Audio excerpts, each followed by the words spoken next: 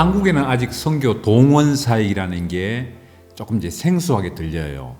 선교는 선교 현장에 가야 선교라고 생각하기 때문에. 근데 이 선교를 오랫동안 해왔던 이제 미국이나 이 서양의 선교는 보면 선교 동원 사역을 굉장히 중요하게 생각합니다. 남자들에게는 뭐 이해가 이렇게 될지 모르겠는데 군대 경험이 많은 상사나 원사 계급을 가지고 있는 분이 그 모병관으로 온 것처럼 병무청에 해병대, 예를 들어서 해병대 모병관인데 해병대 원사나 상사 되시는 분이 와서 해병대 자원을 이제 모으는 것처럼 그 일을 해주는 역할. 그러니까 선교 현장의 경험이 많은 선교사가 이 후방의 인력이나 자원이나 뭐 정보나 자료나 혹은 재정이나 이런 것들을 동원해 가지고 선교 현장에 보내는, 그러니까 이거는 선교 현장을 잘 아는 사람이어야 하고 또 후방 교회의 필요를 잘 아는 사람이 중간에 이제 링크 역할을 해줘야 되는데 그 역할이 굉장히 중요하다. 이제 선교학에서는 굉장히 강조를 해요. 선교 동원, 선교사가 현장에 나가면 선교사 한 가정이 나가지만 유능한 선교 동원가가 있으면 수십만 명의 선교 자원을 동원할 수 있다. 그래서 이제 선교 동원이라고 부르는데 그 사역에 대한 필요를 저들이 느끼게 되고 아까 얘기했던 그런 영적인 큰 체험을 통해서 새로운 길로 하나님께서 우리를 인도하시는구나. 근데 사실은 이것은 굉장히 조심스러운 거고 교회 앞에 얘기하기도 조심스러워서 하나님 이 뜻은 분명히 맞는데 조심스럽으면 했는데 어떻게든 하나님께서 인도하셔가지고 우간다를 떠나서 이제 미국에 하는 그 사역까지를 지금 우리 내일교회가 함께 계속해서 걸어가고 있죠. 그래서 이제 미국에서 저희가 보니까 동원 사역이다 혹은 지원 사역이다 하는 거가 어떻게 요약할 수 있을까? 저도 이제 한번 정리해 보는 시도를 해본 거예요. 봤더니 이거를 커넥팅이라는 말로 연결할 수 있을 것 같아요. 그러니까 선교지와 후방을 연결하는 것. 그 다음에 또 하나는 저는 이제 지금 미국에 가서 주로 하고 있는 사역들이 유스, 우리 젊은 친구들, 아이들, 어린이들, 청소년들을 이제 신앙교육을 하는 그런 역할을 많이 하는데 세대와 세대를 연결하는 것. 그러니까 부모 세대와 아이 세대를 연결하는 것. 그러니까 우리 같은, 저희가 이제 이런 세대를 이런 분들은 아닐 수 있어요. 좀 더 젊으시니까. 근데 저희 같은 경우는 이제 베이비 부모 시대라고 얘기를 한단 말이에요. 지금 이 베이비 부모 시대가 사실은 옛날 시대와 지금 새로운 이 뉴 제너레이션 사이에 어떻게 보면 끼인 세대라고 볼 수도 있고. 그래서 이 세대가 참 애매한 게 많아요. 왜냐하면 옛날 것도 알고, 그러니까 옛날에 대한 부담도 가지고 있으면서 새로운 것을 알게 되면서 부모도 봉양해야 되고 자식도 키워야 되는, 어떻게 보자면 이중 부담을 가지고 있는. 근데 요걸 이제 다시 다른 말로 좀 바꿔본다면 이 세대도 알고 이 세대도 아는 거죠. 그러면서 우리 세대가, 저는 이제 그렇게 좀 믿습니다. 우리 세대가 해야 될 세대적인 사명이라고 하면 우리는 커넥팅을 해야 된다. 그냥 우리만 잘 살고 끝나는 것이 아니라 우리가 알고 있던 우리 이전 세대, 선배 세대와 그다음에 우리의 자녀 세대를 커넥팅 시키는 거. 신앙적으로나 문화적으로나 여러 면에서 커넥팅하는 역할을 해야 되는 거다라는 생각이 있어요. 근데 제가 미국에서 하다 보니까 이 커넥팅이라는 것은 연결하는 사역이라는 것에 대해서 미리 생각을 하고 한 것은 아닌데 하다 보니까 그 필요가 보이더라고요. 미국에서도 일단 이 제너레이션 갭이 너무 심해요. 우리 한국도 그러긴 하잖아요. 한국도 지금 부모 세대랑 아이들 세대가 많이 다르잖아요. 근데 미국에 딱 가면 미국에 있는 한인 세대는 어떻게 되냐면 한인 세대가 엄청 많단 말이에요. 너무나도 좋은 자원이고. 그다음에 미국에 있는 한인 세대들은 언어가 또 많이 준비돼 있고 우리 한국에 있는 분들보다도 더. 그런데 문제는 부모 세대와 아이 세대가 언어가 다르고 문화가 달라요. 그러니까 부모와 아이가 이미 가정에서부터. 그러니까 이 제너레이션 갭이 너무 심한 거예요, 미국에서. 그러니까 우리 그 부모 세대가 한국의 좋은 신앙적인 전통을 다 가지고 있는 분들이 미국에 가서 새로운 생활을 시작을 하셨지만 이거를 전달해 주지를 못하는 거죠, 우리 젊은 세대들한테. 젊은 세대는 미국에서의 문화를 받아들이면서 한국의 이 좋은 신앙적인 그 문화를 기도하는 것과 참 이 뭔가 헌신하는 것과 결단하는 이 우리의 한민족이 어떻게 보자면 특징인데 그런 것들이 그런 교육을 잘 못 받는 거죠. 그런 거가 전수가 안 되는 거죠. 그래서 우리가 그런 뭔가를 해야 되는 것 같다. 그 다음에 저희는 이제 우간다에서 온 사람으로서, 선교지에서 온 사람으로서 선교지의 필요들과 사실은 한국이나 미국에서 인력도 그렇고 잘 몰라서 그렇지 헌신하고 싶은 사람들도 많고요. 그 다음에 그 물질들도 많이 있고요. 내가 필요하다면 헌신하겠습니다라고 생각하는 물질도 많이 있고요. 여러 가지가 많이 있는데 이것들을 어디다 써야 될지를 모르는 거예요. 바람직하게 쓰려면 어떻게 해야 되는지를 모르는 거예요. 지금 다들 내 삶을 의미 있게 살고 싶다. 뭔가 그냥 이기적으로만 사는 게 아니라 그렇게 살고 싶어 하는 분들이 많이 있는데 방법을 모르는 거죠, 사실은. 그런데 이렇게 어떻게 보자면 지구의 다른 세계에서는, 제3세계에서는 많이 필요로 하는 것들, 한국에서는 너무 흔한 것들, 미국에서는 너무 흔한 것들, 그렇지만 선교지에서는 너무나도 귀하고 필요한 것들을 연결해서 뭔가 소통이 될 수 있도록 하는 사역. 이것이 우리가 해야 되는 사역인 것 같다. 적게 보자면 저희가 이제 그런 일에 부르심이 있는 것 같고, 조금 더 크게 보자면 우리 제너레이션이 그런 일을 해야 되는 것 같다는 그런 사명감을 좀 느낍니다. 예, 그 사람들을 선교로 동원시키는. 예, 맞아요. 그게 이제 타켓이죠. 미국 현지 백인들은 사실은 우리가 건너가기가 너무 좀 먼 문화적 갭이 있고요. 미국에 있는 한인교회 가운데 그분들은 이미 타 문화 경험을 했기 때문에 선교에 대한 얘기를 하면은 무슨 말인지 알아요. 우리가 이제 우간다가 그래도 접근하기가 훨씬 나으니까 장학금이나 지원들을 할 때 우간다로 우선 왜냐면 선교사님들도 이제 우간다에 계신 선교사님들은 계속 저희가 이제 연결이 돼 있으니까 이제 쉬워서 그렇게 하는 건 거죠. 근데 이제 미국이라는 나라가 저희가 이제 보니까 그 특징이 우간다 같으면 우간다에서 선교를 할 때는 아프리카 분들이에요. 다 그 지역 분들이란 말이죠. 근데 미국에는 가서 보니까 여러 종족들이 모여 있어요. 여러 종족이 와 있어요. 그러면서 각 종족들은 그 종족들끼리 사역을 하고 뭔가 그 종족들끼리 이게 교회도 개척하고 영향을 주고받는 거예요. 선교를 하든 뭐 그 국내 사역을 하든 그런 분위기더라고요. 그러니까 종족이 종족을 건너서 하기는 힘들고 서로 협력은 하죠. 그러니까 거기 미국에 가서도 보니까 아프리카 분들도 있고, 그러니까 거기서는 이제 아프리카라는 말을 안 써요. 오히려 그게 인종차별적인 말이 돼가지고 차라리 흑인이라고 불러야지, 블랙 피플이라고 불러야지, 아프리카 사람이라고 부르면 나는 여기서 나고 자랐다. 그러니까 저희는 이제 우간다에서 갔으니까 아무래도 이제 흑인들을 보면 더 친근감이 가는 거예요. 더 가깝고 느낌이. 그래서 이제 얘기를 해보면 너는 아프리카에서, 그러니까 아프리카 어디서 왔냐? 예를 들어서 그렇게 물으면 나는 아프리카에서 온 적 없고 나는 미국에서 나고 자랐는데, 그러니까 만약에 아프리칸 아메리칸이라고 하면 이것 자체가 오히려 인종차별적인 말이 되는 거예요. 왜냐하면 아프리카라는 말이 갖고 있는 게 옛날에 다 노예 뭐 이런 것들이 있잖아요. 그러니까 차라리 블랙 아메리칸이라고 부르든가 블랙 피플이라고 부르는 게 낫다고 해요. 그러니까 그런 식으로 우리 흑인들, 그 다음에 멕시칸 쪽에서 온 분들, 남미 쪽에서 오신 분들, 그 다음에 아시아 쪽에서 온 사람들, 이런 사람들이 어떤 이렇게 거대한 이렇게 부류예요. 한 부류씩. 그래서 이거를 건너가면서 서로가 협력은 할 수 있지만 이게 마구잡이로 이렇게 소통되기는 힘들어요. 이게 딱 어떤 큰 풍선 같다고 해야 되나요? 그러니까 요 안에 긴장도 있고. 그래서 지금 최근에 우리 코로나 때문에 생긴 거는 중국에서 코로나가 왔기 때문에 이 사람들한테는 중국이나 한국이나 똑같아요. 그러니까 에이시안. 아시아 사람들이 다 똑같으니까 아시아 증오 범죄가 일어나는 거거든요. 그러니까 아무 상관없이 아시아 사람처럼 생겼으면 다 똑같으니까.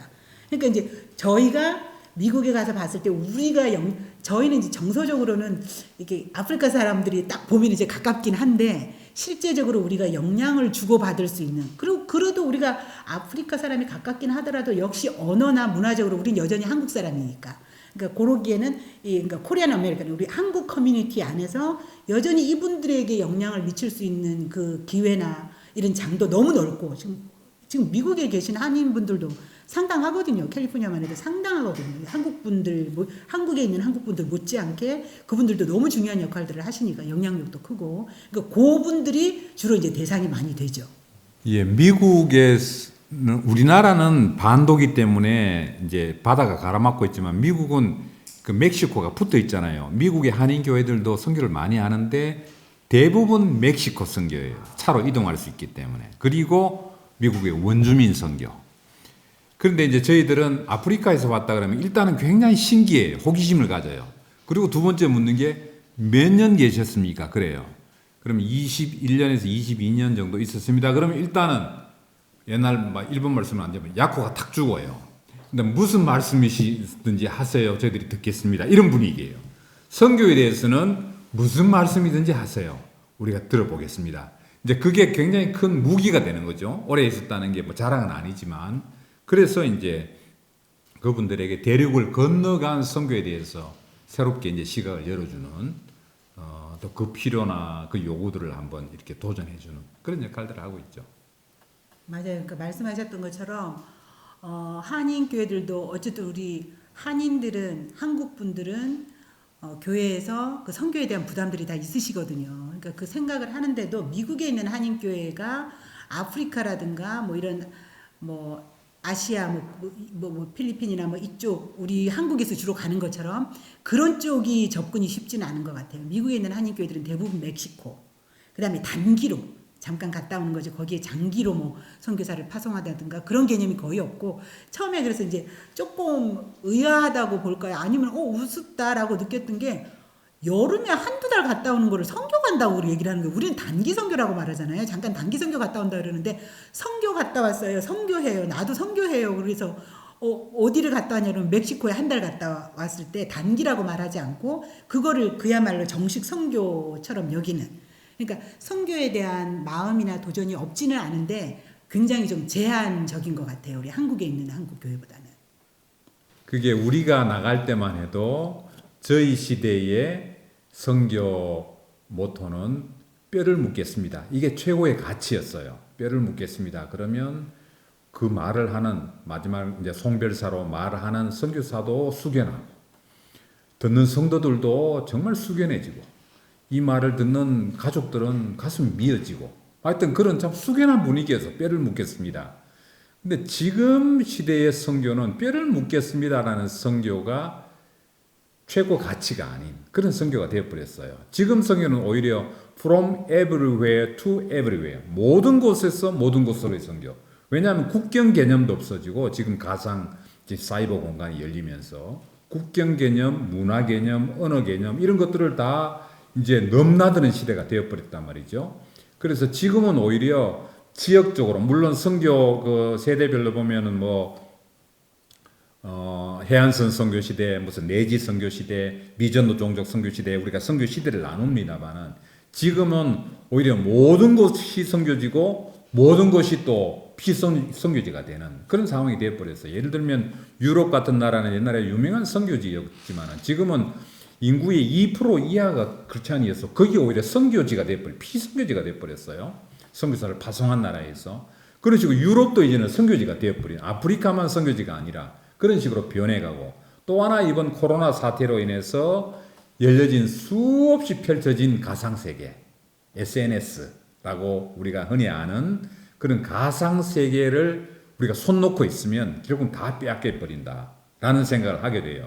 그래서 저희들이 줌이나 카톡이나 뭐 유튜브나 페이스북이나 이런 지금 주어지는 SNS 수단들을 최대한 이용해 지금 이제 찍고 있는 영상도 마찬가지겠죠. 이런 걸로 해서 선교에 대한 챌린지를 하고 그 다음에 이건 자료가 남아서 누구든지 열람할 수 있으니까 접근할 수 있으니까 그래서 그런 시대에 새로운 선교 패러다임이 필요하다. 가서 뼈를 묻는 현장 선교가 여전히 중요함에도 불구하고 앞으로의 선교 시대는 교회도 그렇고 선교에 임하는 사람들도 모든 열려있는 가상세계를 적극적으로 이렇게 점령해 나가는 그런 시대가 큰 패러다임 변화다. 그렇게 보고 있죠. 맞아요. 그러니까 이 말씀하고 그 연장선에서 혹은 그 선상에서 보면은 사실 그러니까 우리 여기 국내에 계시는 우리 성도님들 지금 이 내일의 꿈 하시는 여러분들도 사실은 선교사예요. 선교사라는 말 자체가 어색해서 그렇지 좀 이게 맞지 않다고 생각을 해서 그렇지 선교라는 게 결국은 하나님의 마음으로 잃어버린 자들을 모으는 거잖아요.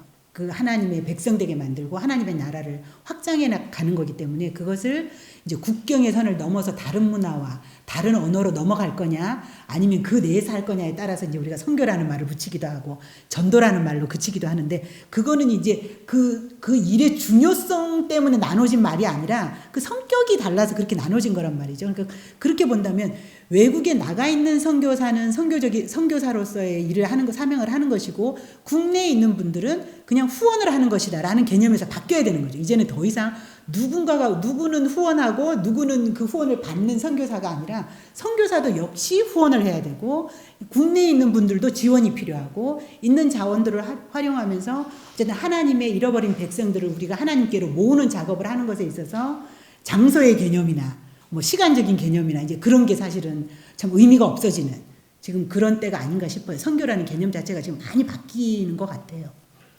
그러니까 여러분이 지금 미디어 사역을 하시는 여러분은 예. 정말 그래서 중요한 문서 사역을 선교를 하시고 영상 선교를 하시는 거죠. 예. 그리고 함께 우리가 하나님의 복음 전선을 지키는 그런 이제 선교사라 그런 자부심을 가질 필요가 있다고 저는 그렇게 보여집니다. 기도 제목은 이제 현실적인 기도 제목을 먼저 드립니다. 이제 다음 주에 이제 제가 수술해야 되거든요. 그래서 수술하고 관련해서는 일단 뇌 수술이라는 측면에서는 그렇게 뭐 어렵지는 않은 수술이라고 합니다. 그렇지만 어쨌든 또 이 단단한 뇌를 또 열어야 되니까 그 뇌를 이제 열었을 때 MRI에서 봤던 것처럼 하여튼 이 종양이 완전히 딱 그 뇌를 열었는데 이게 뭐가 다르네? 막 너무 당황스러운 일이 생기지 않고 의사가 예상했던 것처럼 그런 상태에서 종양이 온전히 이제 좀 잘 제거가 됐으면 좋겠다. 그 이후에 남아서 이게 또 뭐 잘한다든가 이러지 않도록 완전히 잘 제거될 수 있으면 좋겠고요. 그다음에 이제 요걸 딱 이제 봉합을 했었을 때 그 후유증이나 또 이제 염증이 생기지 않는 또 그게 또 중요한가 봐요. 이제 그런 부분. 아마 한국에서 이 적응 과정을 거치면서 좀 있다가 그다음에 아마 미국으로 그 공부를 위해서 가야 되지 않을까 싶어요. 그리고 이제 하나님께서 어쨌든 그 모든 과정들을 순조롭게 잘 해주시고 그다음에 이 세대가 그 제가 아까 말씀드렸던 것처럼 우리 자식이기도 하지만 어쨌든 우리 아래 자식 세대의 이 넥스트 제너레이션이 참 하나님의 일을 잘 할 수 있는 세대로 잘 준비되는 그거를 위해서 제가 이제 기도를 하고 있는데 이제 우리 아이지만 일단 우리 예원이 가정도 그렇게 준비되면 좋겠다는 생각이 있고요. 그다음에 이제 큰 아이가 지금 일본에 있어요. 예찬이 이제 그 수학 교사를 좀 계속 하고 있는데 5년 정도 6년 정도 지금 일본에서 그렇게 하고 있는데 이 친구도 이제 수학에 대한 관심도 일단 많고 더 공부하고 싶은 그다음에 신학에도 관심이 있어요. 그래서 이 친구도 일단 신학 미국에 있는 신학 그 세미나리에 등록을 해놨어요. 작년에 등록을 했는데 이 코로나 때문에 역시 이제 일단은 좀 두고 보자. 그러면서 지금 일본에 있으면서 아마 내년쯤에 여러 상황이 허락이 된다면 내년쯤에 미국으로 유학을 오지 않을까 싶은 생각이 들어요. 그러면서 기도를 하고 있더라고요. 그러니까 자기는 수학을 통해서 어쨌든 하나님이 뭔가 자기에게 주시는 이 아이들을 가르치고 신앙적으로도 어떻게 이거를 이게 매치를 시켜서 좀 사역을 할 수 있을지를 보고 싶다 그러는데 그러면서 기도하고 있더라고요. 그래서 역시 하나님이 이제 그런 면에서 길을 좀 열어주시고 또 이제 이제 결혼도 해야 되고 우리 큰아이는 그런 면에서도 이제 그걸 이제 기도 제목이라고 볼 수 있겠습니다. 그리고 이제 가정 기도 제목이 많네요. 원래 이렇게 가정 기도 제목 많이 낸 적 없는데 오늘은 많네요. 저희 이제 시부모님, 저희 이제 친정 부모님은 지금 지난 2년 사이에 이제 다 돌아가셨어요. 그래서 이제 참 저한테는 이제 좀 많은 아픔이 되기도 했고 또 충격이 되기도 했지만 어쨌든 하나님이 그걸 통해서 뭐 이제 잘 마무리를 해주셨어요. 그래서 너무 감사한 일이에요. 그러긴 했는데 이제 저희 시부모님이 두 분이 지금 약간 좀 힘드신 상황이에요. 여러 면으로. 그래서 이제 또 인생의 진짜 마지막 시기를 지금 이제 살아가시는 건데 또 하나님 주시는 은혜를 잘 또 누리시면서 마무리가 참 잘 되면 좋겠다 하는 또 기도 제목이 있습니다. 예, 특별히 내일 교회에 이제 드리고 싶은 말씀은 제가 어느 수요일 날 저녁인가 뒤에 앉아 있는데 이 식구가 떠오르더라고요. 500년 도읍지를 필마로 돌아더니 그러고 쭉 가다가 산천은 의구한데 인걸은 간데 없네. 교회는 내가 익숙한 교회인데 여기에 있는 구성원들은 많이 바뀐 거야. 아까도 말씀하셨다시피 많이 바뀌어서 그래서 편한 것도 있어요. 저 사람이 누군가 뭐 아이고 새 신자인가 봐요. 뭐 어디서 오시는 뭐 어디게 뭐 이게 처음 등록하신 성도인가 보다 이렇게 생각하시는 분. 그래서 뭐 그냥 시선에 신경 안 써도 되는 그런 편안감도 있지만 그게 하나님 우리에게 주신 믿음의 공동체의 본 모습은 아니잖아요. 그래서 많이 이제 새로운 얼굴들이 많이 있다는 그 상황 가운데서 그걸 그냥 뭐 교회 교인들 뭐 몇십 프로는 내가 몰라요. 그렇게 포기할 게 아니라 우리가 믿음 안에서 이렇게 그 공동의 관심사를 가지고 함께 궁금해하고 또 묻기도 하고 또 이렇게 좀 이렇게 관심도 좀 서로 나누고 하는 그러니까 저희들 같으면 우리 성도들의 삶에 대한 관심을 조금 더 눈여겨봐야 될 것이고 성도들은 선교에 대한 그런 것들 열방을 우리가 어떻게 책임질 수 있을까 라는 것 그냥 너무 추상적인 것 말고 어떻게 하면 우리 아이들에게 좀 선교적인 도전 주고 비전을 좀 넣어줄 수 있을까에 대한 좀 그런 나눔들이 있고 해서 좀 이렇게 인걸은 간데 없네 이게 아니라 야 새로운 인물들이 점점 이렇게 나타나는구나 세대를 거슬러서 그래서 옛날에 우리 내일교회의 그 모토가 축복의 터전 선교의 기지였는데 정말 그 축복의 터전이고 선교의 기지가 되는 그런 모판과 같은 그런 믿음의 공동체가 되면 좋겠다 그런 기대가 있습니다. 아까 우리 집사님 말씀하실 때 이제 선교사들이 왔을 때 뭐 내가 나가서 뭐 아는 척을 하면 뭐 아시겠나 뭐 이런다 그랬잖아요. 그게 양쪽 입장이 다 똑같은 것 같아요. 성도님들도 그렇게 느끼시는 거고 선교사들 입장에서도 우리를 뭐 기억하시겠나 이렇게 많이 바뀌시고 새로 오셨는데 그러지 않겠나 하는 이게 뭐랄까 서로가 약간은 주저함, 서로가 약간 위축됨 그런 게 있지 않나 싶어요. 제 생각에는. 그러니까 그런 거를 그냥 감안을 하면서 그냥 몰라도 상관없이 안녕하세요라고 서로 인사를 하는 거. 그냥 예배 끝난 다음에 예를 들어 선교사 왔다고 누가 인사를 하면 어느 선교사든지 하면 그 다음에 뭐 그 양반이 나를 몰라도 어떻겠어요. 그냥 안녕하세요 선교사님 뭐 반갑습니다 뭐 수고 많으셨어요. 이 말 한마디가 선교사 입장에서는 저분이 그래도 나를 아시나 보다. 뭔가 관심이 있으신가 보다. 그게 왜 아는 척 하는 거야? 이러지는 절대 않거든요. 그러니까 그런 면에서 서로가 서로에게 다가가는 약간의 어떤 이렇게 좀 이렇게 풋스텝이 되지 않을까 그런 생각 들고요. 그다음에 제가 이제 느꼈던 거는 지난번 언제 제가 아마 치료한다고 혼자 왔을 때였을 거예요. 어떤 중보기도 모임이었나 또 모임이 있었어요. 그 모임에서 저를 부르더라고요. 불러서 그 모임에 같이 있었어요. 이렇게 그 여자분들만 계셨어요. 이렇게 해가지고 모였는데 그 모임을 하면서 당연히 모르죠. 그때 전도사님하고 한 2분 정도 알고 나머지는 몰랐는데 그래도 그 모임을 딱 하고 나니까 그 모임이 기억이 나는 거예요.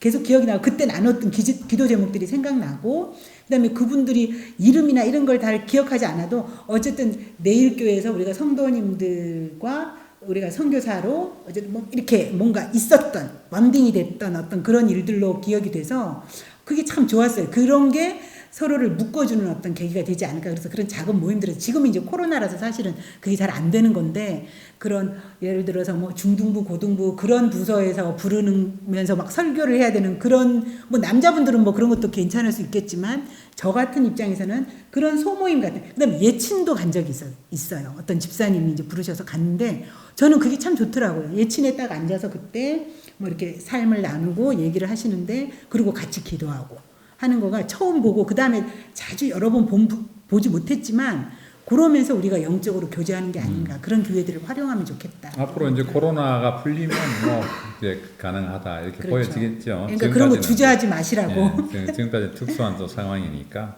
예.